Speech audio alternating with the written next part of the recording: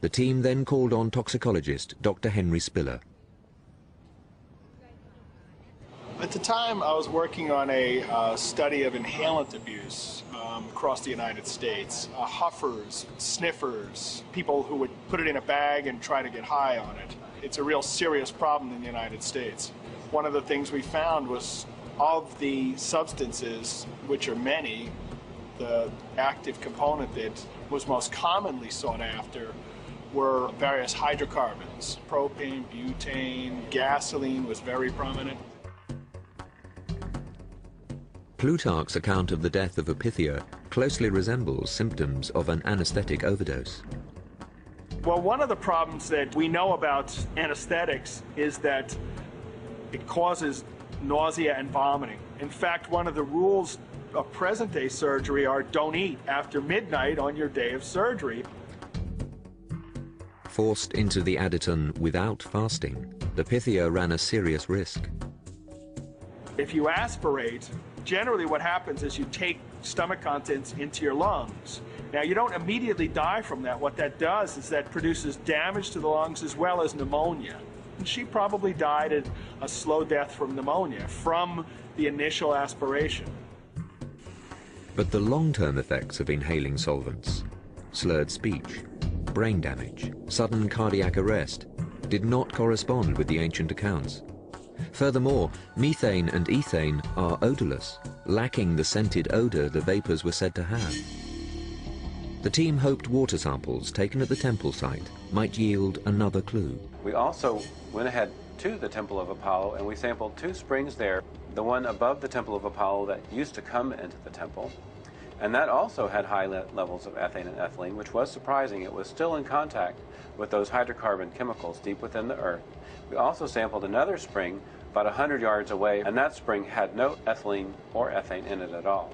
And that was the spring that had been used by villagers at the time for their water supply. So here were 2 springs about 100 yards apart, one containing ethane and ethylene, and the other with a completely different chemical nature, void of those 2 gases.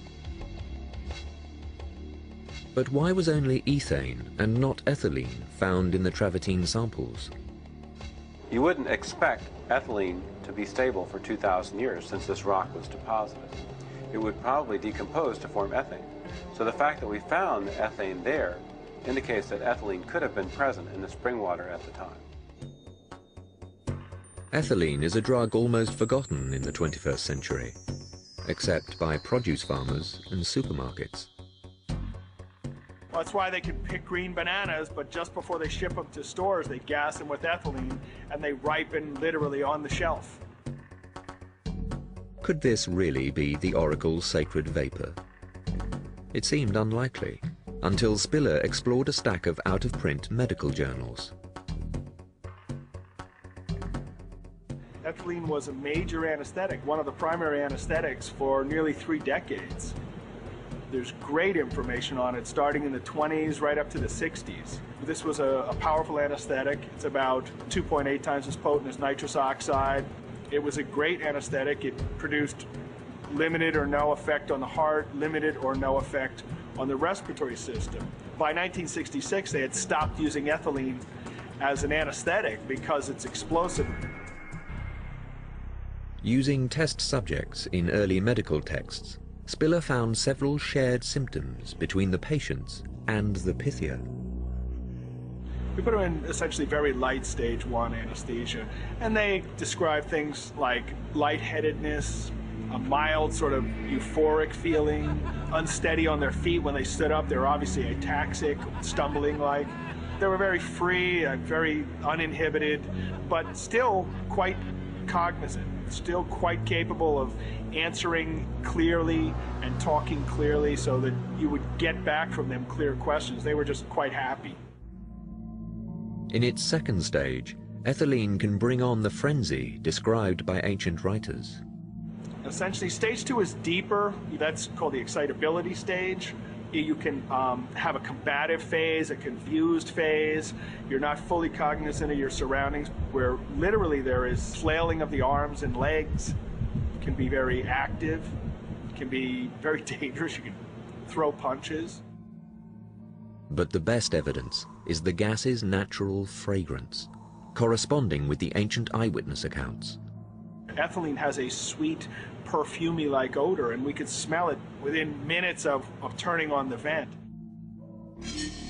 The answer is finally clear. Ethylene explains the Pythia's trance and verbal euphoria.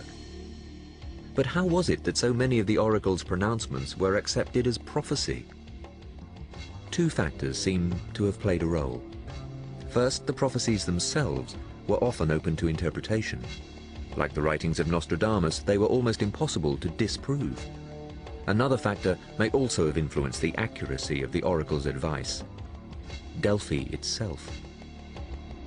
All these people came continuously from all over Greece to ask questions, and of course they brought answers. They told the priests what was happening in their city, in their town, in their village, in their land. And so these priests had a sort of an intelligence accumulation potential. These priests here at this temple complex were sort of like the CIA and FBI rolled into one.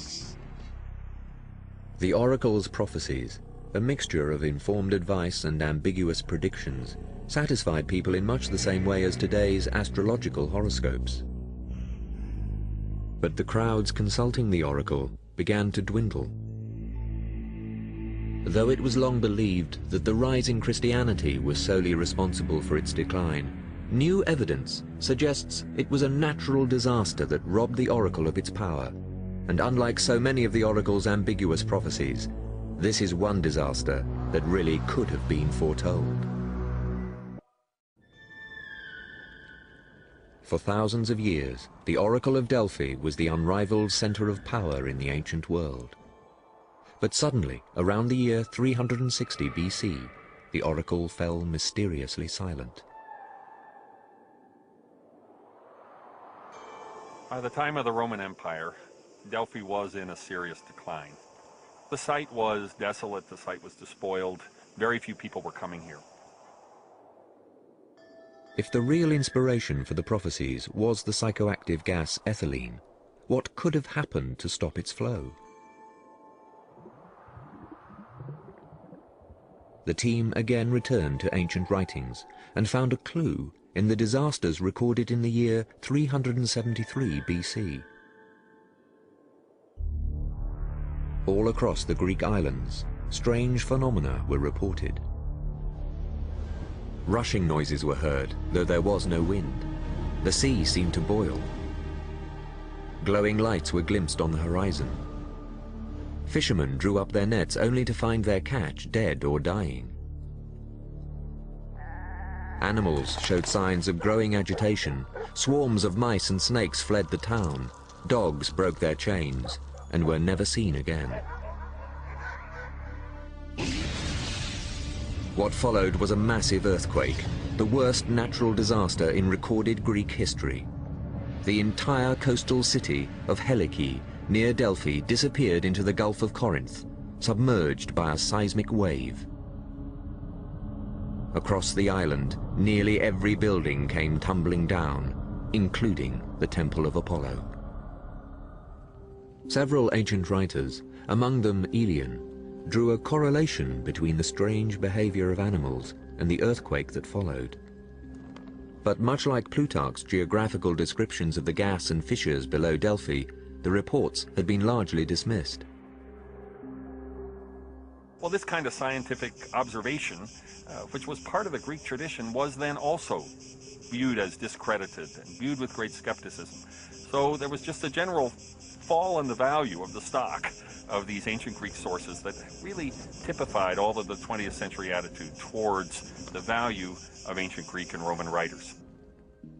But recent investigations have revealed these ancient observers might have been right all along.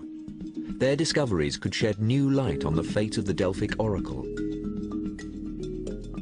The first substantial evidence was found by chance in 1993. Oceanographers from the nearby University of Patras, conducting an environmental survey, happened to be taking temperature readings in the Corinth Gulf when a magnitude 5.4 earthquake struck. That just before the earthquake, there was a spike in the temperature of the deep water, and then a few hours later, another spike, 6 degrees centigrade increase in the temperature, and then a third spike, and then the earthquake struck, And they did a sonar survey of the seafloor in the area where this probe was stationed, and they discovered a field of giant submarine pockmarks, these craters, with bubbles coming out of them. And they concluded that it looks like hot gas, hot fluids were erupting from the seafloor in the hours before the earthquake.